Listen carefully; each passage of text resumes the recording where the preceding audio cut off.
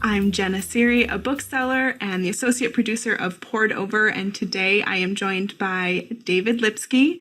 You may remember some of his previous books, Absolutely American, and Although, of course, You End Up Becoming Yourself.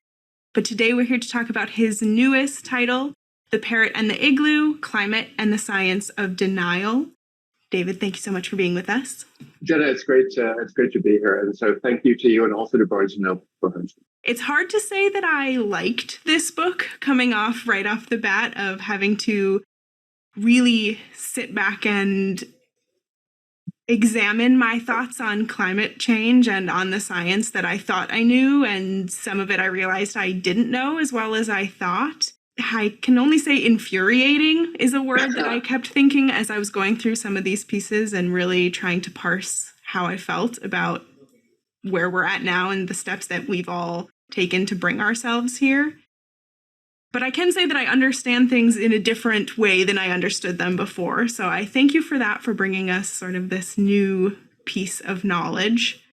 What brought you to this topic? How did you stumble upon? Well, it was really interesting for our viewers. Sometimes people have like a cool conversation before the Zoom recorder, before you sign the waiver saying it's being recorded. And there was something that you said right when we got on the line today that went a huge amount to me, which is it was a climate book that you enjoyed reading. I thought it was really important that readers, people who go to Barnes & Noble, people who, if they're trying to think of how they want to spend a Saturday or a Sunday, they're like, I'll go to Barnes & Noble and see what's new there, or I'll go to the site and see what books are being recommended.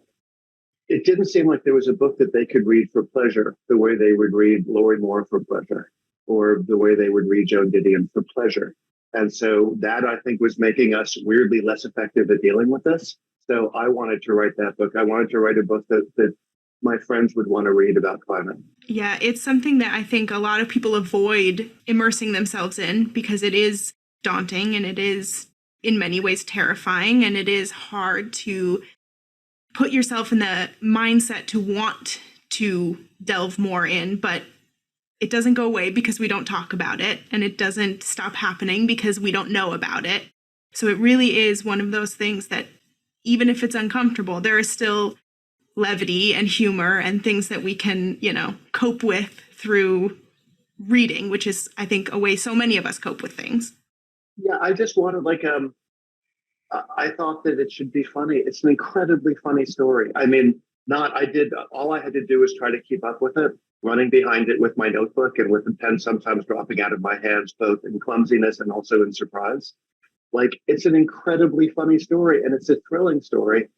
And once I saw that, and I'll tell you I'll tell you when I first noticed what kind of story it was. It's a giant Godfather level, Lord of the Rings level story, Harry Potter level story that we've all lived without knowing it. And I thought that would be great to tell people about too. It struck me as a hugely interesting and cool and surprising story. Is that how it seemed to you, Jenna?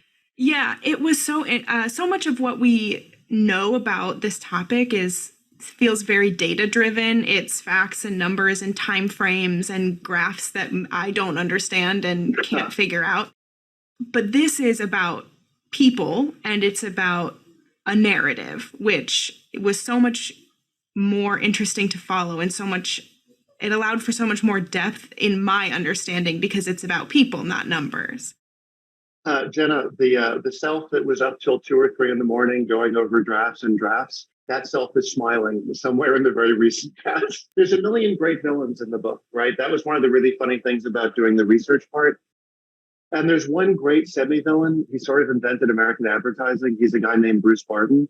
And he said a great thing about advertising and also about newspapers. He said, this is about 1925, that one sort of Rupert Murdoch type guy has a rule, which is there will be no stories on the front page of his newspaper, no photos that don't involve faces. And what he said is, because as people, we are most interested in ourselves.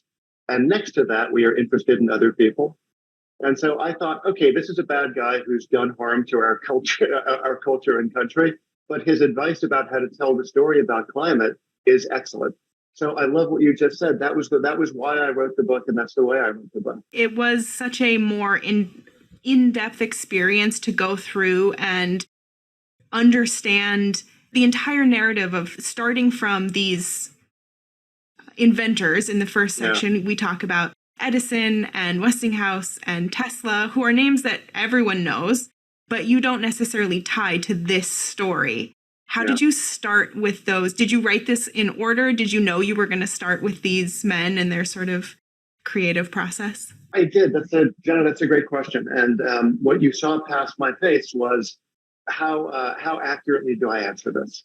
Okay, so semi accurate with regard to time, because this book took a while to do, but this conversation between us could be fizzy and extremely fast. So I wanted to write actually about how our world exists. Like, I was fascinated with a number of things that we take for granted in the basic city. And I began by researching electricity. So I knew that I wanted to write something about Edison and Tesla. And then I began to see where their inventions had ended up. And I thought, holy God, the story begins really when Edison decides to make us electric.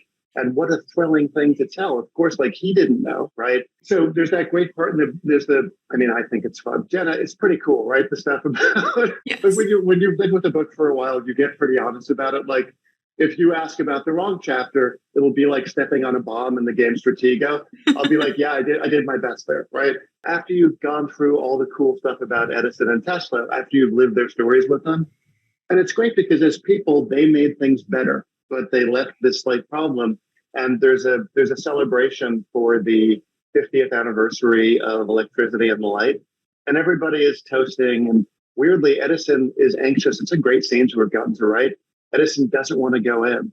And he starts crying outside the door. The president is in there and every CEO. And his wife gets him a glass of warm milk and he goes inside. And then there are all these testimonials. And Einstein is speaking by shortwave radio from Berlin. And he says, the great creators of technics, that's the word for inventors, among whom you are the most successful, have placed human beings in an entirely new situation to which we have not at all accommodated ourselves yet. And it's like the one bummer note in the evening, but it was totally right. And that's what the next section of the book ends up being about. So yes, once I knew what the story was going to be, it was thrilling to think I could start with, here's why we have electricity and here's what electricity leads to.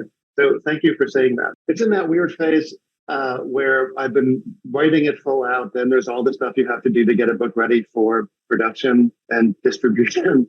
So I haven't met readers yet. Like, you're one of the first readers I've talked to. So it's like, wow, okay, Jenna got that. Whew.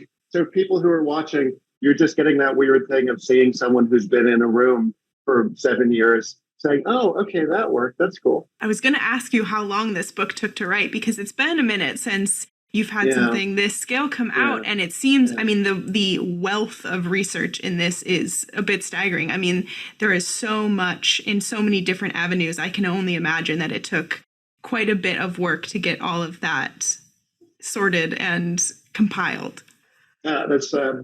That's very nice of you to say. Again, the self who is up till 2 or 3 in the morning is smiling. Do you know there's an old Western, Shane? Do you know that movie, Shane? Mm-hmm. Okay. Have you seen it? It's not bad, right? Okay. I have probably seen it at some point in my life. I'm familiar with it. It's a pretty good movie. Like, it and High Noon are considered the two great Westerns, if you like Westerns. But I'm not doing an ad for Alan Ladd or for the, whatever was crappy about the American frontier. It's just as a film thing.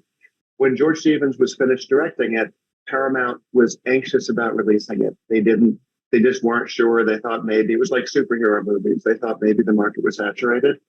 And so that left him a whole year to edit the book. And I just really wanted, so I was thinking about that. My dad loved that movie. I think Westerns wouldn't exist without dads. Yeah, my dad's favorite is Jeremiah Johnson. I think he's talked about it to me my whole life. So he's got, your dad has pretty interesting taste. John Milius wrote that movie and Sidney Pollack directed it, right? So I knew that movie through my dad, who also showed me Jeremiah Johnson, as it happens. And Stevens had a year to edit it. And if you ever watch it, if anyone ever watches that movie again, like, it is beautifully edited. It was just going through and making sure every cut would be fun to look at. And for me, it was just, there was like a year or two. So I doubled Stevens's time because the runtime on my book is a little longer. But there were just 2 straight years of editing just to make it work. So thank you for saying that. Thank you for asking how much time went into it. And it shows. I mean, this is not a short book. It's got some heft to it, but I moved through it quickly because every time I finished one of these like short vignette chapters, I was just like, I need to see how this ties into the next thing, because you really have some stuff that comes out of what feels like left field, but it all ties back to this story that really just builds and sizzles as you go through. Oh, Jenna, wow. I really do hope my previous self is hearing what you're saying. Yeah, it turns out to be a story about Edison after all, right? I thought that was such a cool surprise. There's so many moments of that I had to sort of sit with. And even though I wanted to like just plow through, I think this is really a book that does benefit from like a little bit of retrospection as you go through, because it is layered and all the pieces do sort of come back together. Yeah. And as I was finishing it, there's even moments where I was like, I can't believe I want to go back and reread things in a climate. But I do. Yeah. I thought that we owed the issue is really important. It's happening to everybody. And the more people know about it, the more they can press for the right things to be done. And so I just thought, what can I do about this? And I thought I think I know about how to tell stories. And like, let me just tell this story. And then Jenna will read it and she'll be like, man, I want to check this again. And now I know how this works. Now I know that these arguments people are using are A, really old, and B, from really crazy people. Yeah. Oh, but like Jenna, there was really one of the fun things, if you ever spend 7 years writing a book, and can I do my prepared joke? I have a prepared joke about this. Yes. If anyone ever if you spend more than 3 years on a book, and this is 7 years, on 3 years plus one, you will decide that you're really writing a book about America. like for all the days up to the end of the third year, you're just writing a book about climate change. But on 3 years plus one, it's like, no, the book is really about America. And I feel this book is really about America. I think that puts it in a class that makes a lot more sense than just a climate change book. It's not, it doesn't feel like a science book. It's not necessarily a nature and wildlife book that I think a lot of people would anticipate, especially with the word parrot in the title. I think there might be sort of a misconception of it being a nature and wildlife book or a sort of an ecological history, but it's more of an ethnological history. I think it's a lot more about people and how we play a part in this rather than the science piece. Jenna, I feel like we should just run dead air in the next 40 minutes. That's all. Yeah. So like that's like, yeah. Yeah, I didn't think to say ethnography, but that's brilliant. Yeah, so I got so excited when you said that. So forgive me for breaking social rules by interrupting, but like, now I know what to say if people ask what I wrote. It's an ethnography. And that is going to be such a big difference, I think, in what people find in this book than what they're maybe anticipating, because the structure is so important. I think sort of the way that you broke up the book into these different pieces with the inventors at the beginning, then you go more into sort of the scientists who have been shouting the world's on fire for a lot longer than I even knew about, into the denial piece. How did you come up with that sort of structural piece? Because I think it's so important to how this story plays out. Okay, Jess, I'm giving you long answers because when you said ethnography, the interview ended. So now we're in overtime. This is all the green room stuff. This is all the BTS footage, so I can just relax. The first thing, when you said that it was about it's a lot longer than we knew, that was part of it too, right? There's a bunch of good reasons to read. Like there's important reasons to read about climate, which are it's a story that's happening to everybody you know every day, and we've watched it happen slowly in the background. But the other reason I think to read, two other reasons to read: A, it just makes your brain better. Like, did you find when you were I know when I'm liking a book that my emails and my text messages get way better. Like I'm like, hey, that was a pretty funny thing I just wrote my friend about when we're meeting for the movie, right?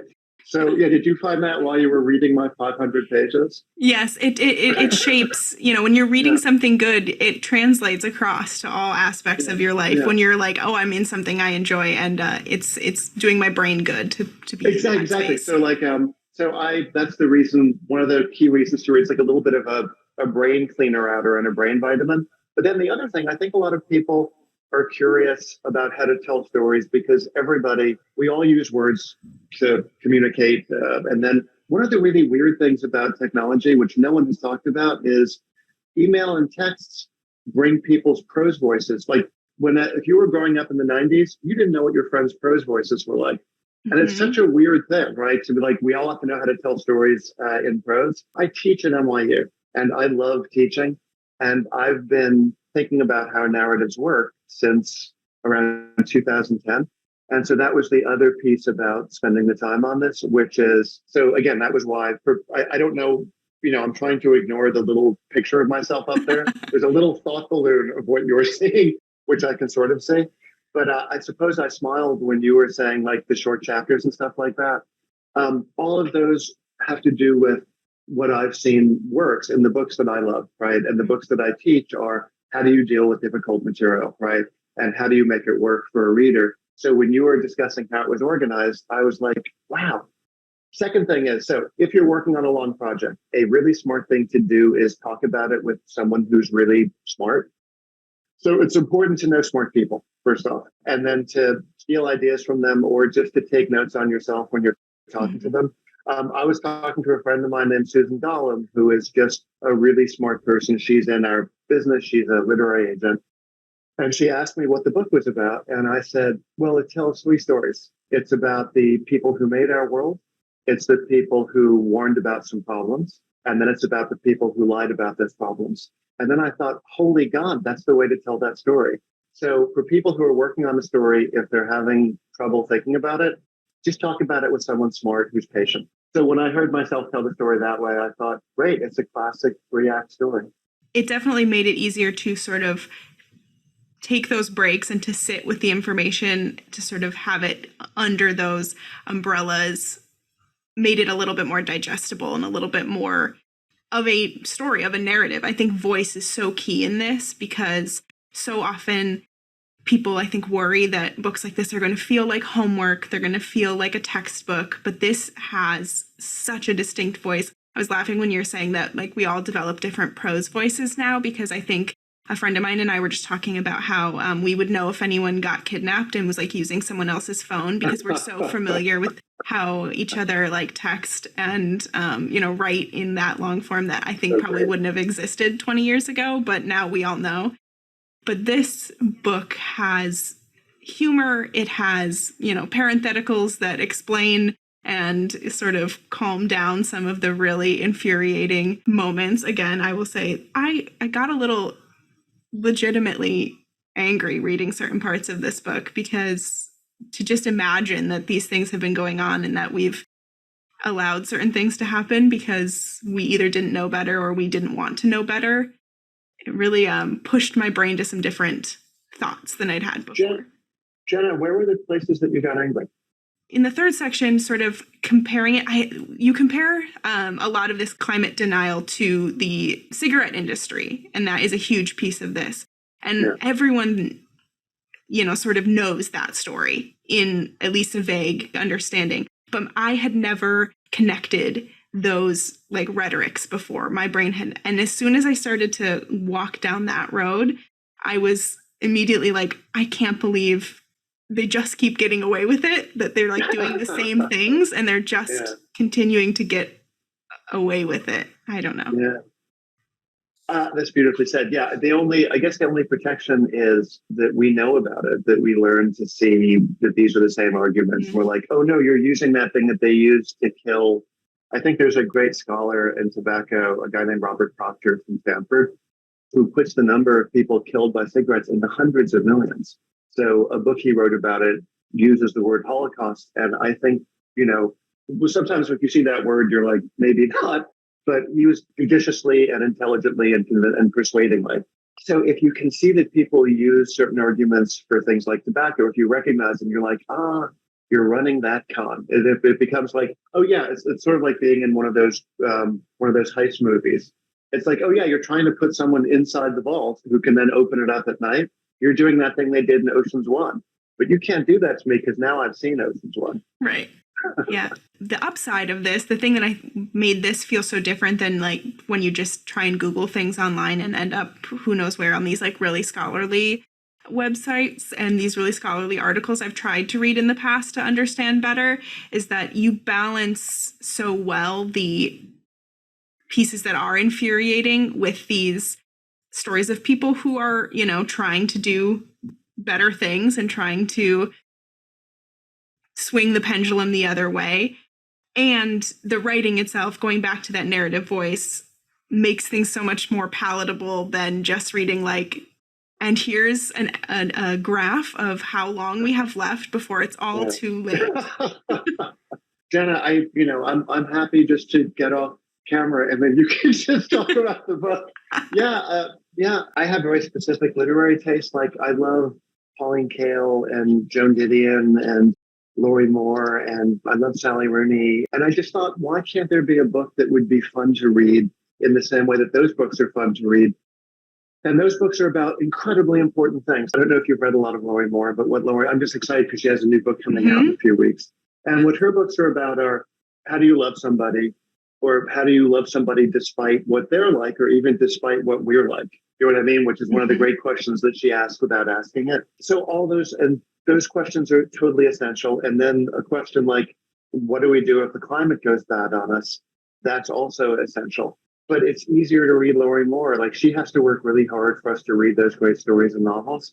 And I just thought, how can I make it interesting in the same way that Lorrie Moore is thrilling to me? So I don't know what to say except thank you for saying that. Like I worked really hard. I read a lot of Lorrie Moore. That's the answer. And I think that that's always the answer. To most problems. Yeah. Read more Lorrie Moore or Curtis Sittenfeld. My God. Yeah.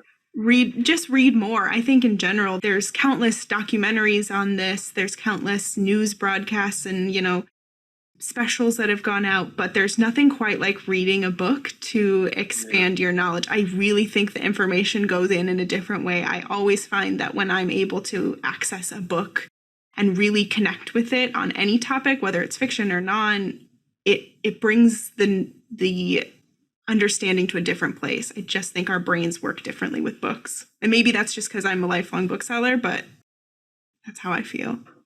Jenna, I thought that was brilliant too. I don't have anything to add to that. I think that's totally right.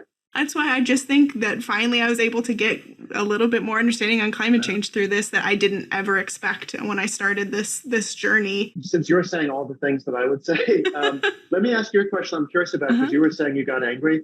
And one of the hard things for me was there were certain people I hated so much that I had to stop writing the book sometimes, because I realized that was just not, that was making the book grind to a halt, because all I was doing was like writing curse words about the people. Sure. Who are the people that you really found yourself rooting against? Like I love, for example, Elizabeth Colbert is a brilliant writer on this topic who keeps finding a way to bring the topic sort of front and center. And I love Jim Hansen. Yeah. I love a guy named David Keeling who's just really funny. Tell me who the people were who you disliked the most. Well, I mean, the whole like Fred Singer. Yeah, I thought you were going to say. Yeah. I mean, how could you not? That was what I was actually going to say in the next, is that like reading that section, I went on you take us on such a ride. Obviously, you start in the world of the cigarette danger denial. Then we've got Reverend Moon shows up. That's when I was like, so good. What universe am I in right now? It was so great. And then getting into the like Arthur Robinson, Fred Singer, like that piece, I was like, oh, I need to take a little break. To me, the insane thing, Jenna, is that, so a friend of mine, I was interested if you were going to name good old S. Fred first, but a friend of mine said there needs to be an opera about Fred Singer, because every bad thing that's happening in the culture, he ends up being involved in. Yeah. Like he wants to be working with the Republicans in the 70s. Then he gets involved with Reverend Moon. Then he's involved with cigarettes. Then he's in climate denial. Like there's not one terrible thing. There's a great line from Joan Didion. She's talking about a sort of media figure from the 70s. And she said he walked through every American charlatanic thicket, which is just such a great chunky sentence. That's like Fred Singer too. That's his trail map. Like there's not a single awful thing that was happening that he didn't play his part in. And I was shocked by the Moon stuff. I couldn't believe that the main climate deniers, their two brightest lights, were originally working with Reverend Moon to deny that the Moonies were a cult. That was wild. Yeah, all those pieces interconnected. Like you can't. That's like one of those like stranger than fiction. Like you can't make that up. You can't like create a person weirder or like more involved in all the worst things. When people would ask me, what are you working on now? And I would say, I'm reading a huge amount about the Moonies, and I'm watching all these Mooney documentaries. And they would say, why are you doing that? I thought you were writing about climate change. I was like, well, just stick around. Yeah, you're like, just watch this space because it's all going to make sense Yeah. in a little bit. And then for a lot of them, that's like one of their, just what you said, it's one of their favorite big surprises. Like, wait, what? This is about a giant cult? And the same people who lied about the climate are lying about this guy who has cultified, hundreds of thousands of people. It was wild. That's was one of the moments I texted 14 people. I was like, I know that you maybe aren't going to want to, so many people, it's like, you think you're not going to want to be on board on this book, but just give it a chance and let it surprise you, because I can't get over all the things that are in here. Yeah. So, and if people are picking up the book now, if you want to skip to the 2 Moon chapters, they are Emperor of the Universe and Who Digested the Scientists. So I'll just save you some time. I do like that in this, you sort of give readers permission in the beginning to read this book out of order, which I thought was very interesting, that this doesn't need, even though I do think there is benefit to just going straight through and getting that full narrative, you're like, no, it's okay. If you want certain parts of this, I'm going to tell you, you can skip through. Jenna, when we were talking before the, it's not exactly cameras, but before the digits started rolling, we were talking about movies. I love movies. I love Netflix. Binge watching a whole show over a weekend. I'm loving that show From right now because I was a huge Lost fan, and I love that you can watch things out of order. And I thought, let me write something now. If you read it through in the order, it's a great. I didn't make the story up, so I feel I can say it's a great story. It is a great story, which is we invent almost magical things. It's like a fairy tale. Then some people say, hey, there might be a problem. And then people show up saying, oh, don't worry, it'll be fine. And it turns out they're liars, right? But I really wanted to write something where it could just be like you're seeing 3 seasons of a show and you can watch any episode you want, because that's one of the things that I love to do as a viewer. So thank you. Yeah, Jenna, it turns out you're my ideal reader. We tried. Was there a lot that ended up on the cutting room floor for this book, or did you find ways to sort of fit all your best and favorite pieces in? Because obviously with a story like this, there's more research and more knowledge than could ever fit even in 500 pages. It's such a vast thing. Sometimes it was hard to walk across the cutting room floor because there were so many pages and sentences that would grab on your ankles and you had to not look down at them. So yes, the cutting room floor is quite messy. I can imagine. I think all the pieces, there's no clunky bit to this. There wasn't any part that felt like, oh, I have to wade through this to get to the next thing. But I can only imagine that in a story this huge and with this many crazy characters, there's got to be pieces that unfortunately didn't make it in. But the cast in this is really, I say cast loosely because obviously they're real people, it is incredible. And again, that goes back to sort of the human aspect of this book. It put me in such a better position to understand things when I was learning about people rather than just learning about, science that I'm never going to be good at understanding because it's just not how my brain works. See, I nor mine. I'm not sure if our brains work that way. What I just thought is I have to send thank you notes to Janet Malcolm and Curtis Sittenfeld and Lorrie Moore.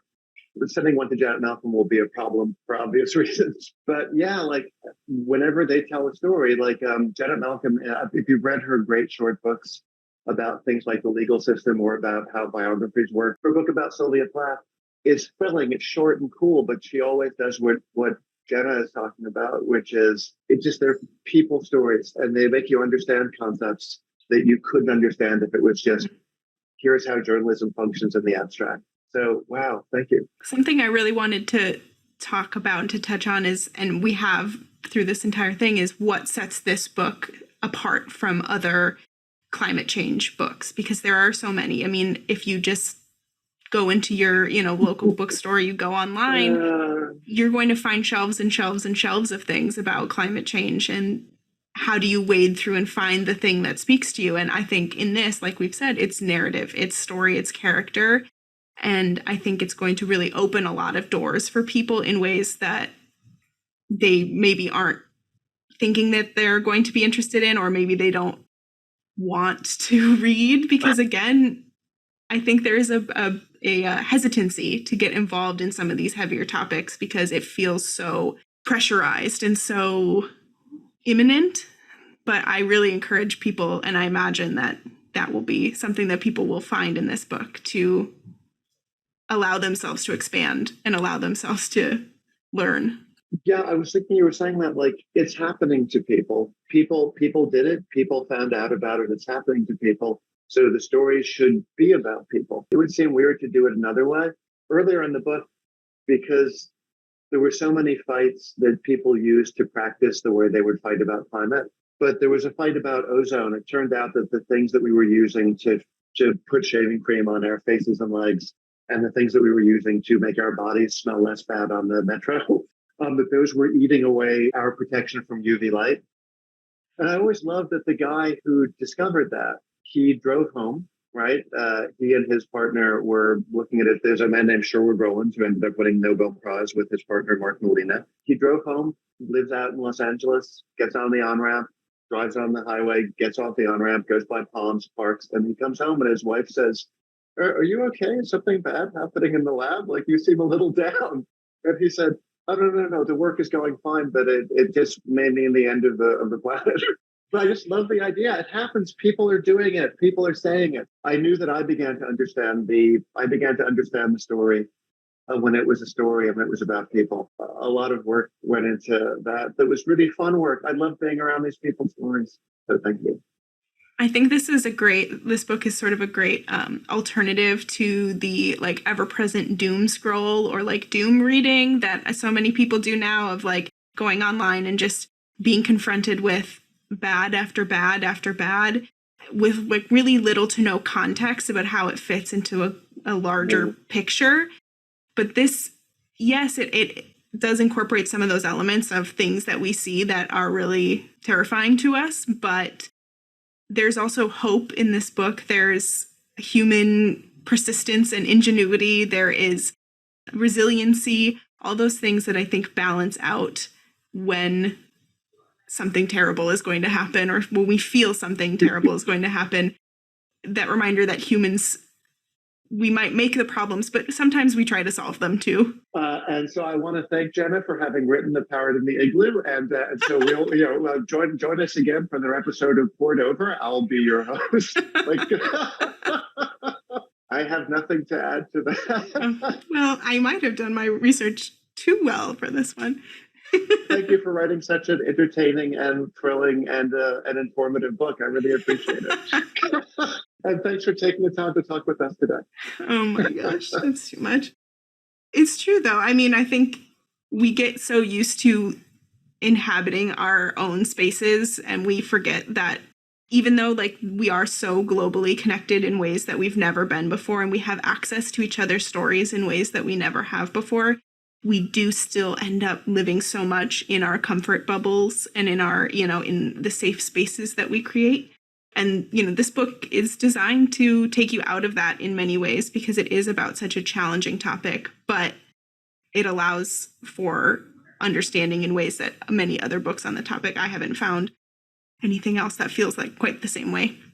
I really appreciate it. Yeah, Jenna, I just wanted to write something for readers like us, pretty much. I wanted someone to be able to be, I keep mentioning Lorrie Moore and Curtis Sittenfeld, they're two of my favorite writers. So if any of my students are watching, they're like, oh, he's talking about Curtis Sittenfeld again. But I wanted to be able, like, you could finish Romantic Comedy, which is her new novel, or you could put down Prep if you're rereading it, as you should be rereading it right now, because it's a great book. Or you could put down Birds of America or Like Life. Those are two great Lorrie Moore collections. And you could pick this up, and I hoped it would be sort of seamless. It would just be like, this is the way we approach our lives, and a story about one of the most huge factors in our lives should be in the voice that we learn the other stories in. And that would help us to understand what the politics are, what the facts of it are, and then what some of the solutions might be. So thank you again. I mean, again, this book changed my perspective on this topic, which I think is like the most you can ever hope from anything that you read or anything you encounter is like, did I walk away from this different than when I started? And I can absolutely say that that's true. How do you feel like you've changed since you've written this book? Well, for one thing, I became very argumentative, which I'd like to warn readers that won't happen to you from what I've seen of the people I've worked with who've read it. There's a lot of lying in the last third of the book because the stories that the book tells that Jenna and I were talking about are, first section is inventors. Here's who made the world that we're in. Second section is scientists, these heroic people who are like, hey, there might be a problem. And everyone's like, it's like, no, seriously, there might be a problem. And then the last section are people who are paid to lie about the problem.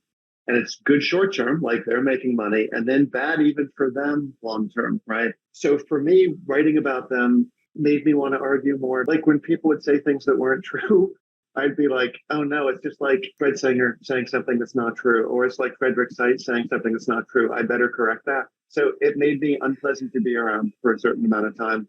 And I was so another thing. Then there were, I don't know if you've ever had this experience. I had to read some other people, more recent liars on these topics. And if you read somebody, their brain voice gets in your head.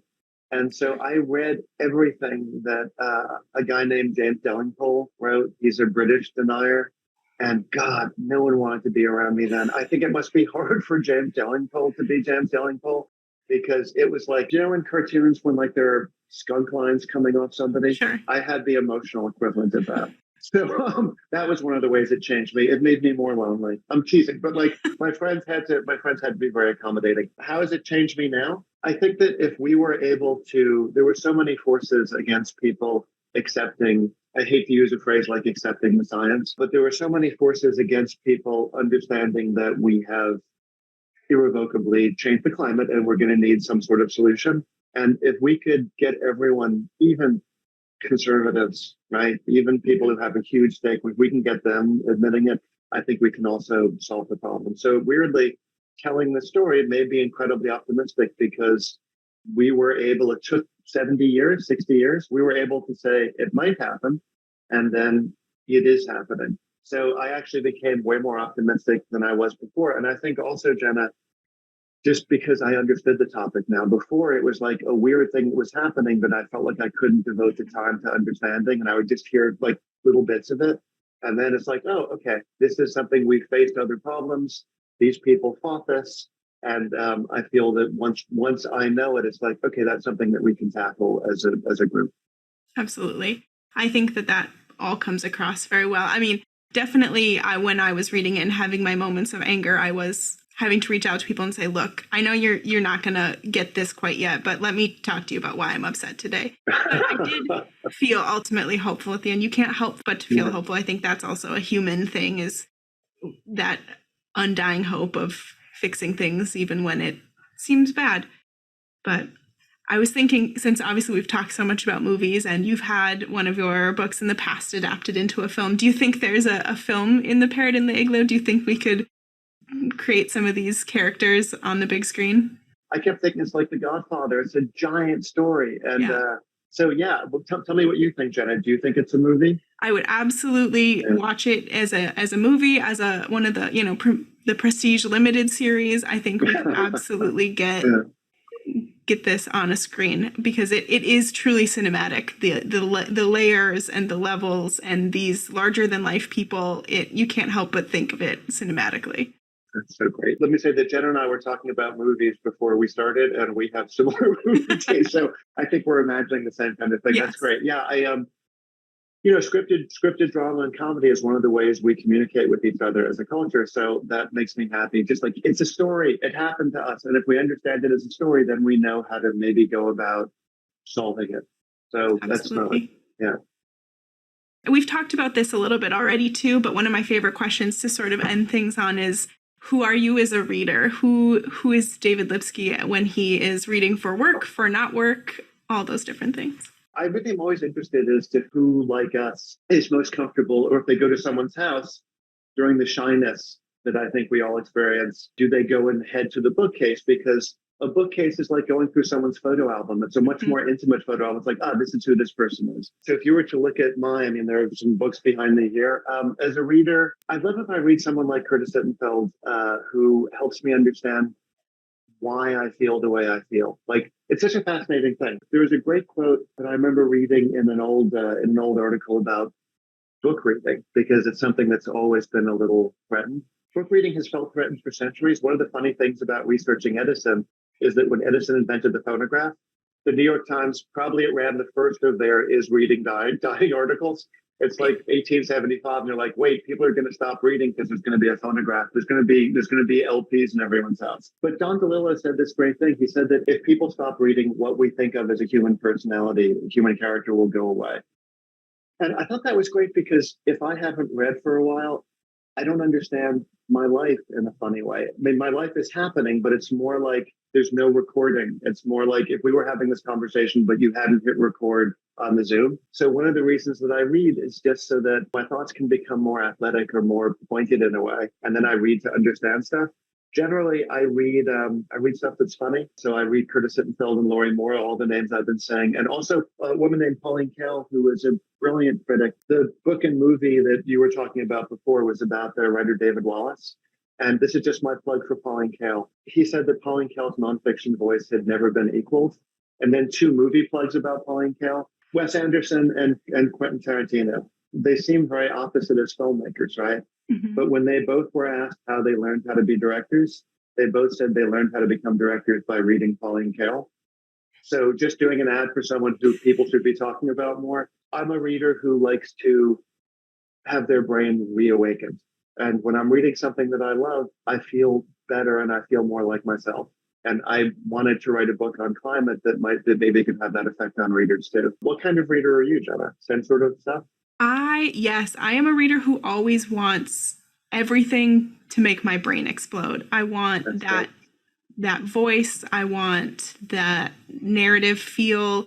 I think I always talk about Louise Erdrich as my sort of go-to, that like poetic prose that sets up everything and that sort of leads you down a whole path that maybe you never thought you'd be on. And I think that sort of goes back to voice. I think it all comes back to who is telling you that story, and do you feel like you're going to trust them to take you where you want to go?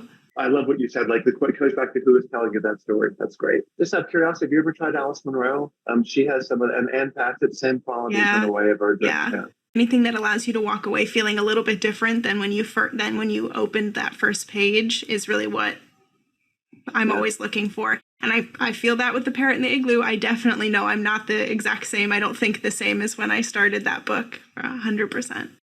I just love that someone who would love Louise Erdrich the way I do would also be saying that they responded to this book. What a thing. Yes. David Lipsky, thank you so much for being with us here today on Poured Over. The Parrot and the Igloo is out now, and I can't wait for readers to get their hands on it because I truly think it's going to change the way that they see this entire topic. So thank you so much. Jenna, thanks for hosting me. It was great. And thanks for giving better answers than I did.